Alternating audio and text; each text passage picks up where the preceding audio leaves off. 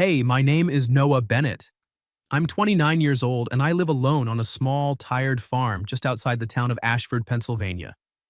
The nearest neighbor is a good 20-minute drive away, which suits me fine. The place used to belong to my grandfather, then my father, and now it's mine. It's not the kind of farm you see in postcards. The wooden fences are rotting in places, the old horse barn leaks when it rains hard, and the apple orchard hasn't been properly pruned in years. I have a few rescue horses in the small paddock behind the barn, animals nobody else wanted. I fix things, feed them, and try not to think too much. 3 years ago, I left a decent engineering job in Pittsburgh after my father died of a heart attack. I came back here because someone had to. A year after that, my fiancée Hannah was killed in a car accident on her way to visit me. Since then, I've kept my head down and my hands busy. Mornings start early, feed the horses, check the fences, walk the orchard.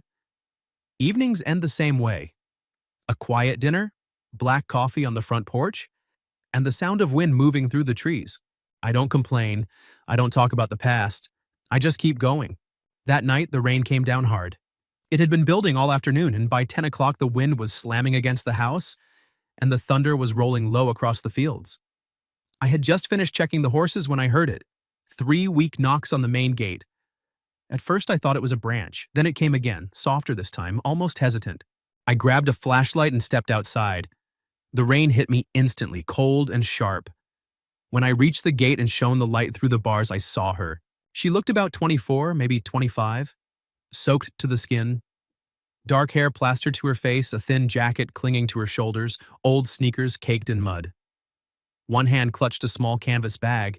The other gripped the gatepost like she might fall if she let go.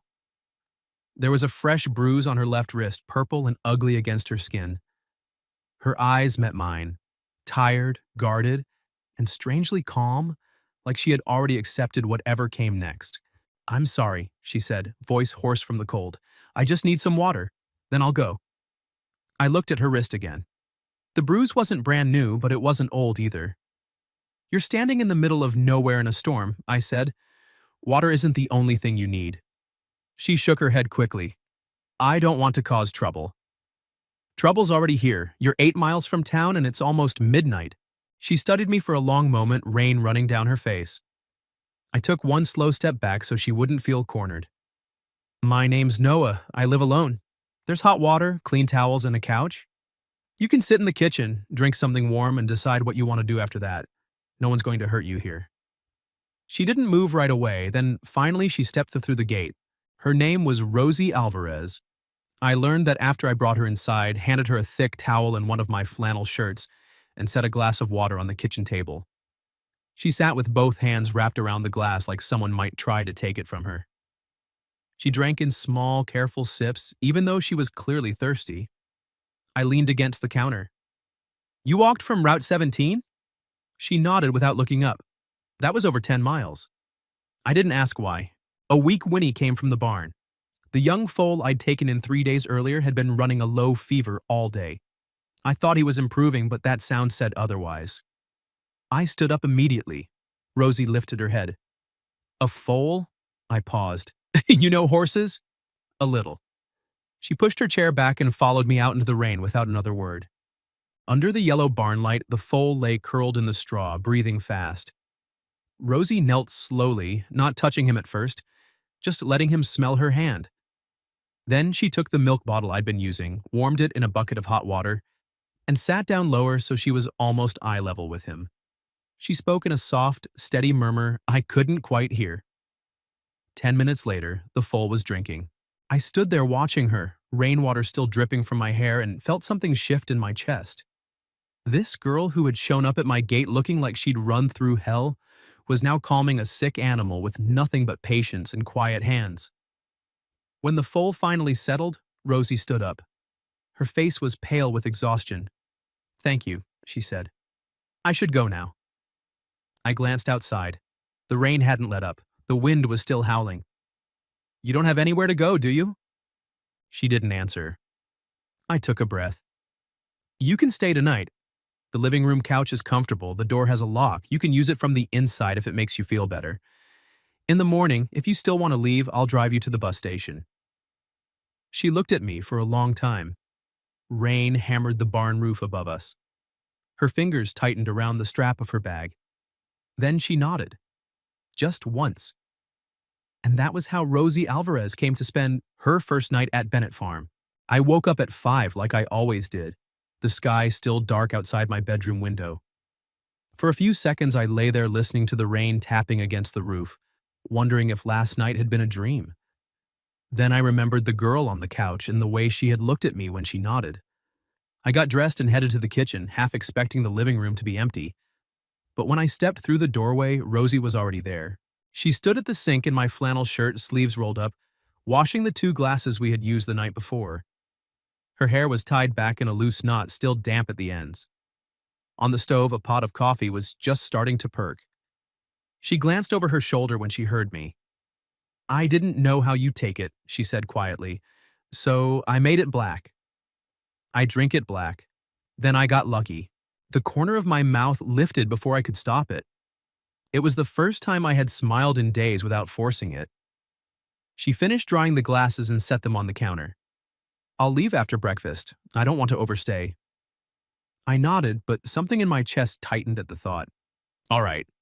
We ate in near silence, scrambled eggs and toast I threw together. Rosie kept her eyes on her plate, but I noticed how she sat. Back straight, always angled toward the door, like someone who had learned to watch exits. After we finished, she stood up and carried her plate to the sink. "Thank you for last night. And for the clothes." "You're welcome."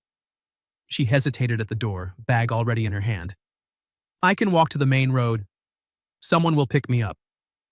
Before I could answer, a weak, pitiful whinny drifted in from the barn, the same sound from last night. I set my coffee down and grabbed my jacket. Rosie paused with her hand on the doorknob.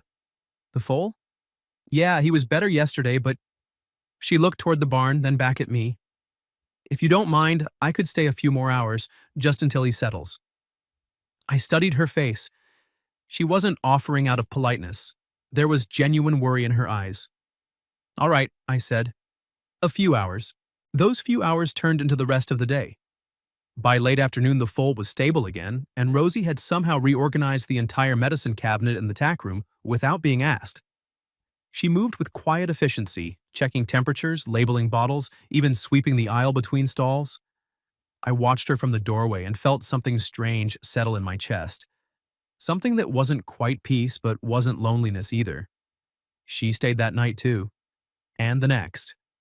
By the 4th day, I stopped pretending I was surprised when I found her in the kitchen every morning making coffee.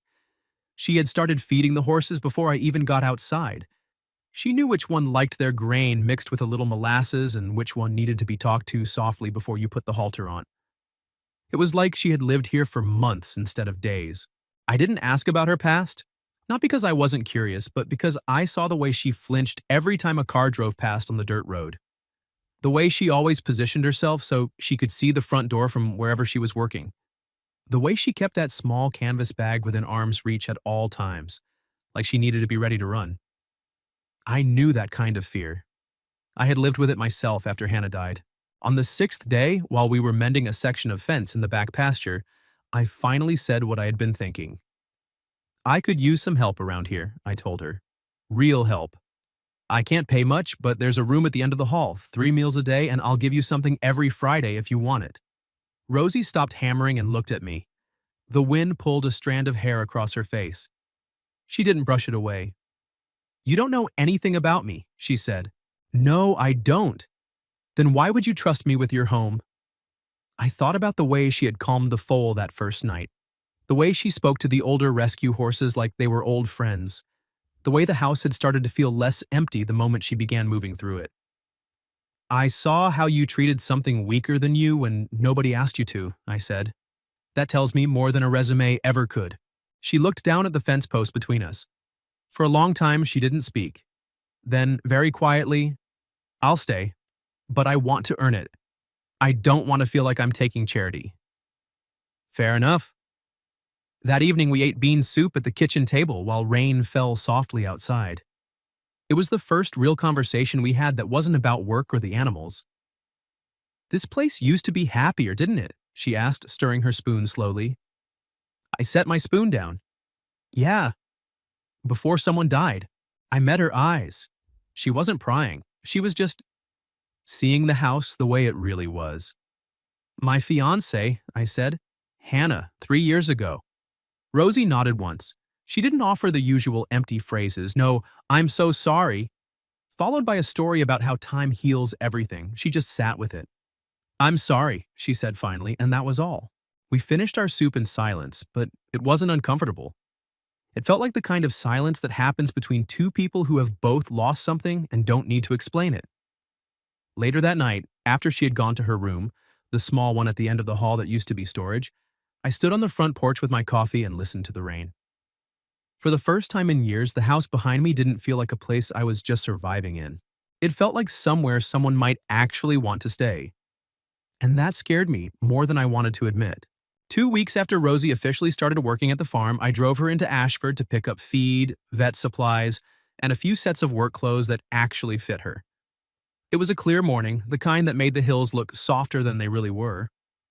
Rosie sat quietly in the passenger seat, watching the fields roll by.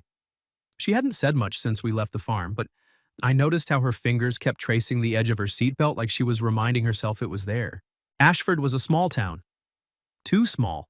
The kind of place where everyone knew everyone else's business before they even finished their morning coffee. I should have known better than to bring her with me. We stopped at the feed store first, then the hardware store. By the time we reached the grocery store on Main Street, I could already feel the eyes following us. Mrs. Ellison behind the counter smiled too wide when she saw Rosie. Noah Bennett, she said, ringing up the groceries. Who's this lovely young lady? Family? She works at the farm, I answered. Mrs. Ellison's smile didn't falter, but her eyes sharpened. Works at the farm, I see. Rosie didn't flinch. She just met the woman's gaze and said calmly, I take care of the horses. We left without another word, but I knew the damage was done. By the end of the day, half the town would be talking about the strange girl living with the widowed Bennett boy. Rosie stayed quiet on the drive home. I didn't push her. 3 days later, the past she had been running from finally caught up.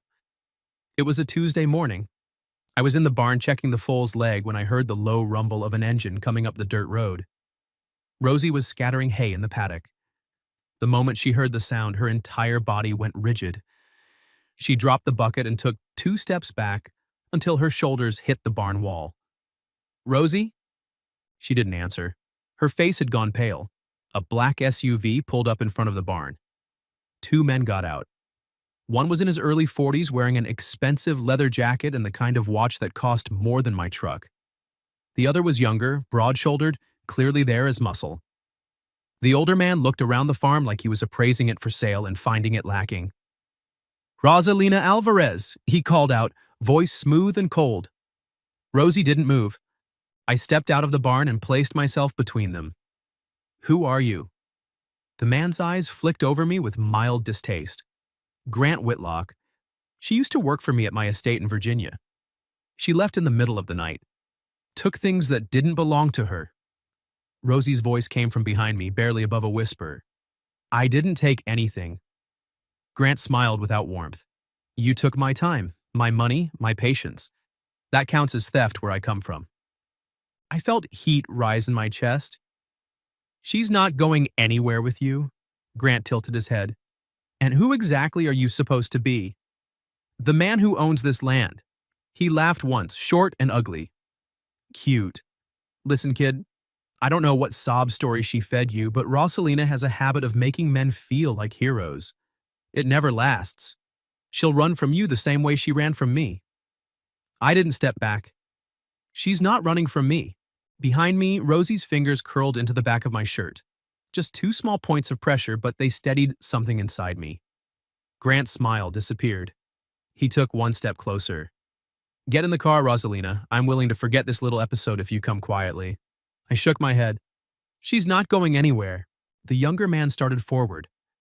I didn't move. For a long moment, nobody spoke. The only sound was the wind moving through the trees and the foal shifting restlessly in his stall. Finally, Grant let out a slow breath and smiled again, this time colder. She's going to ruin your life, Bennett. Girls like her always do. You think you're saving her, but she'll destroy you the same way she tried to destroy me. He turned and walked back to the SUV. Before getting in, he looked over his shoulder one last time. This isn't over. The vehicle disappeared down the road in a cloud of red dust. Rosie slid down the barn wall until she was sitting on the ground, arms wrapped around her knees. I crouched in front of her. You okay? She laughed, but there was no humor in it. No, but I'm used to it. I hated that answer. That night, after the sun had gone down and the house was quiet, Rosie told me everything. We sat at the kitchen table with 2 mugs of tea that had long gone cold.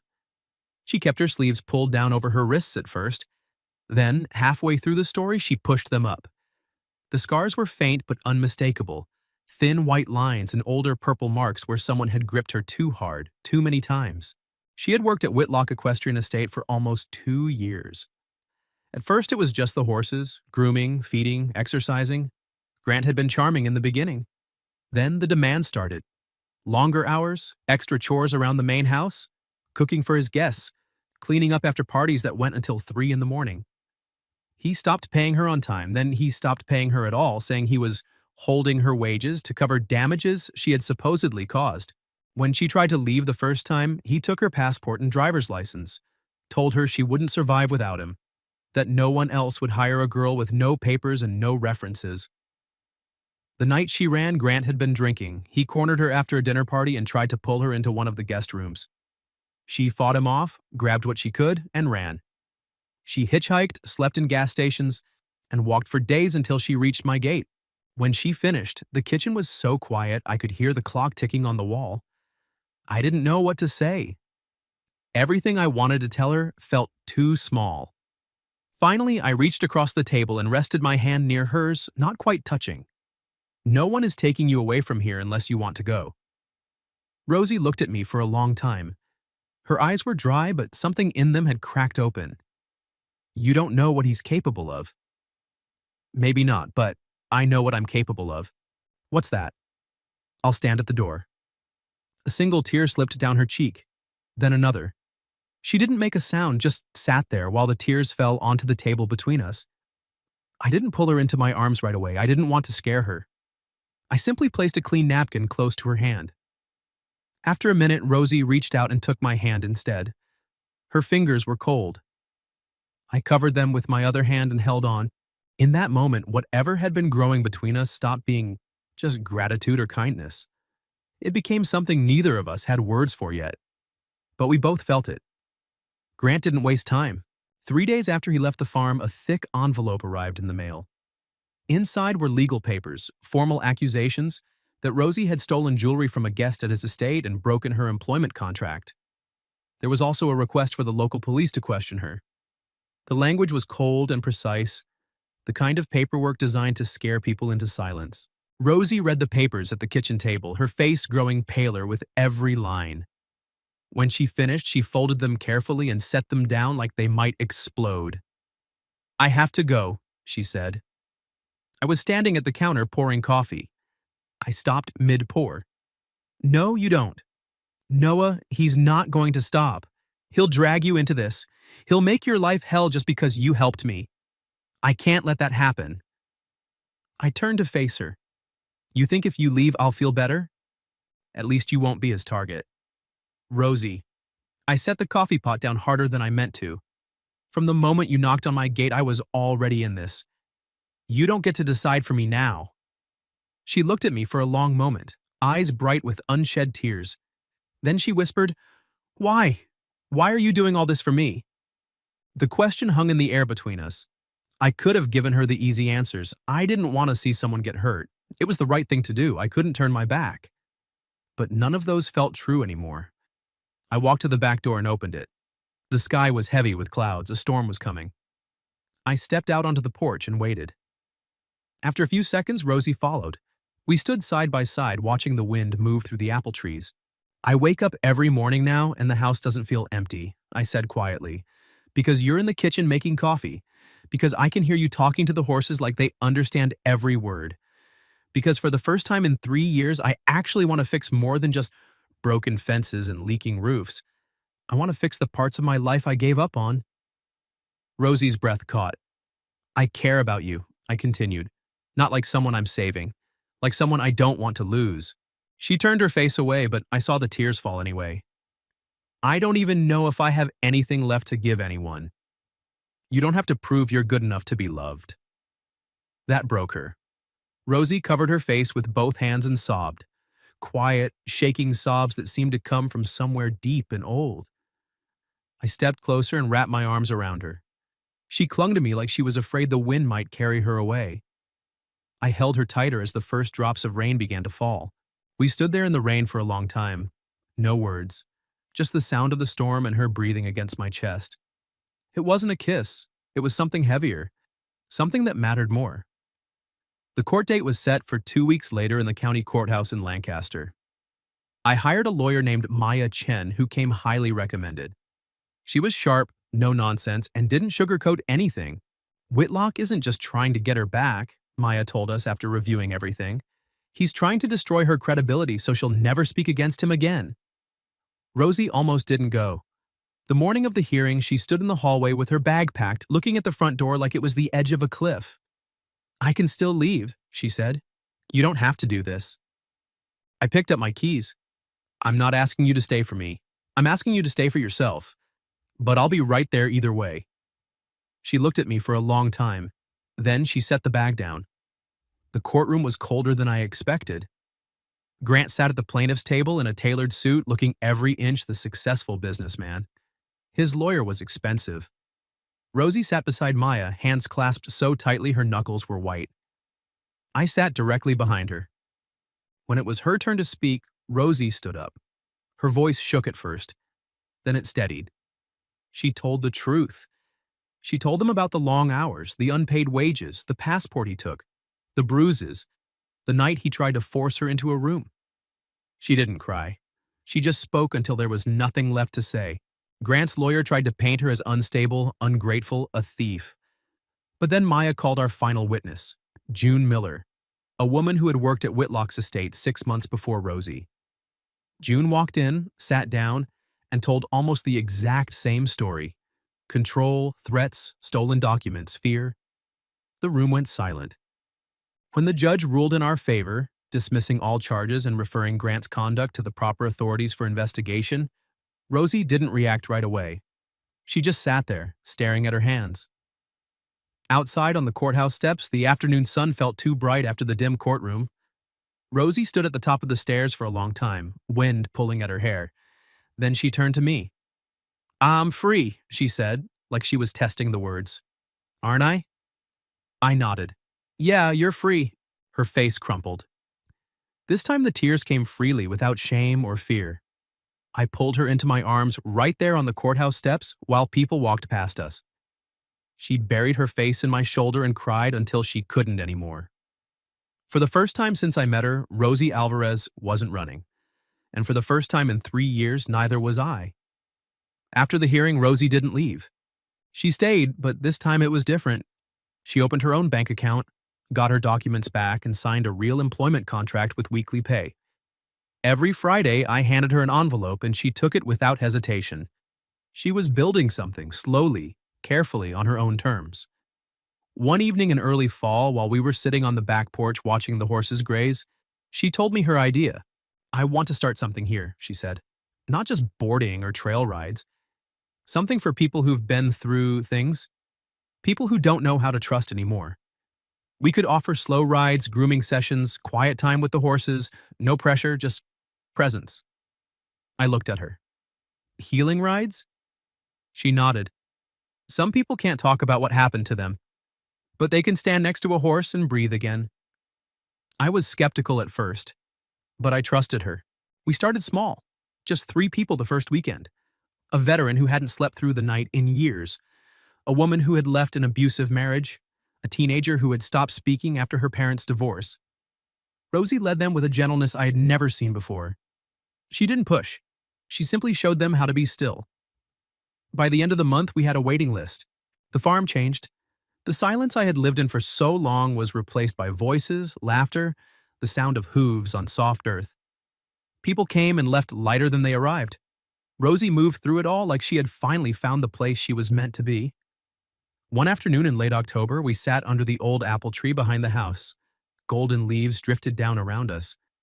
The foal Rosie had saved that first night was now a strong yearling, running clumsy circles in the paddock.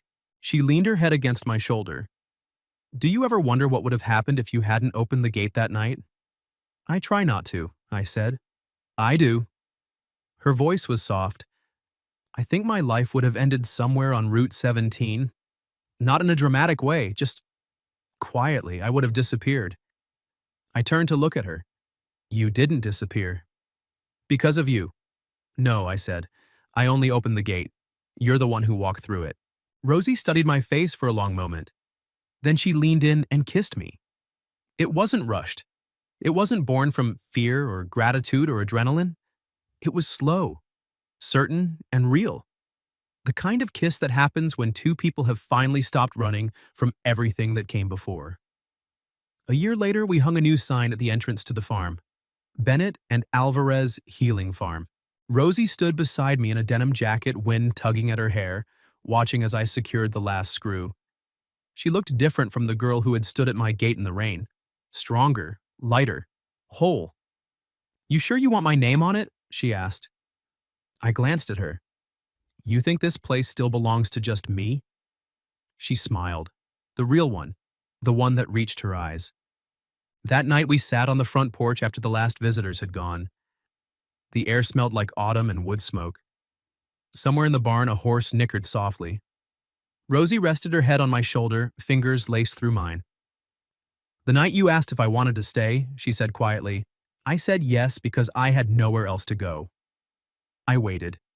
Now, she continued, I'm still here because I choose to be. I turned my head and kissed the top of her hair. Below us, the farm stretched out in the darkness, fences mended, lights glowing in the barn, the old apple tree standing watch. It wasn't perfect. It never would be. But it was alive. I thought about the version of myself who used to sit out here alone every night, trying not to feel anything. That man felt like someone I used to know. I looked at Rosie. Want to stay? I asked. She squeezed my hand. Yes, she said. But this time, it's not because I'm afraid to leave. She turned to me, eyes clear and steady. It's because I finally found the place I want to stay.